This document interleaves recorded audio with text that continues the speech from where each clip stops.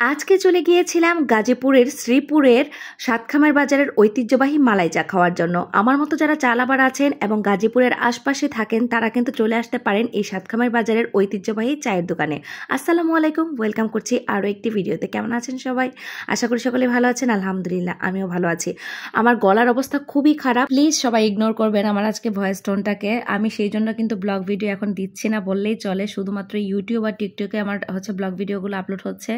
যারা আমার ইউটিউব এবং টিকটক ভিজিট করেনি অবশ্যই আপনারা একটু ভিজিট করে আসবেন। আমার কিন্তু ফেসবুকের বায়োতে দেওয়া আছে দুইটার লিঙ্কই।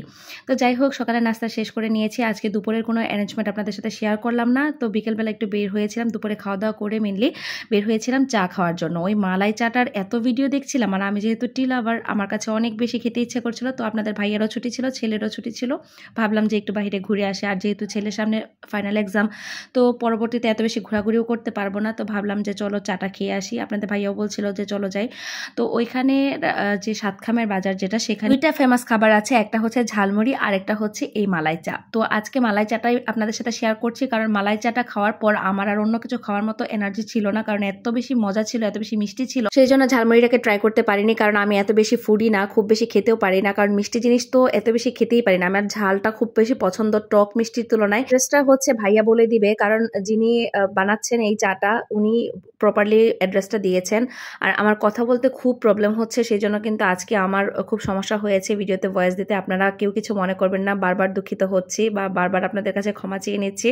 তো চাটা দেখেন কতটা লোভনীয় হয়েছে, খেতে কিন্তু অনেক ইয়াম্মি ছিল। নারকেল দিয়েছিল, হরলিক্স দিয়েছিল, আরও যে কত কত মজার মজার খাবার দিয়েছে, মানে সব ইনগ্রিডিয়েন্ট আমার মনে নাই। তো ভাইয়ার কাছ থেকে অ্যাড্রেসটা জেনে নেন, তাহলে আপনারা আসতে পারবেন।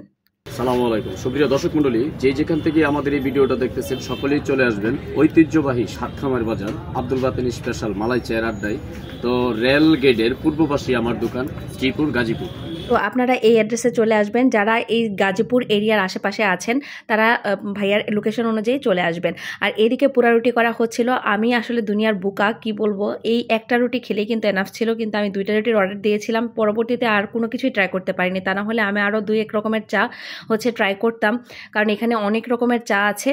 তো ভাবছিলাম যে মানে এটা খাওয়ার পর আর অন্যগুলো ট্রাই করব, কিন্তু এটা খাওয়ার পর আর এনার্জি ছিল না কোনো কিছু খাওয়ার মতো, কারণ অনেক বেশি মিষ্টি। তো যাই হোক, এই খাবার খেয়ে তারপর ভাবলাম যে একটু হাঁটাহাঁটি করি, হাঁটাহাঁটি করে তারপর ব্যাক করেছি। একদম সন্ধ্যা হয়ে গিয়েছিল, তো ভাবলাম যে সন্ধ্যার এই প্রাকৃতিক পরিবেশটা আপনাদের সাথে শেয়ার করি।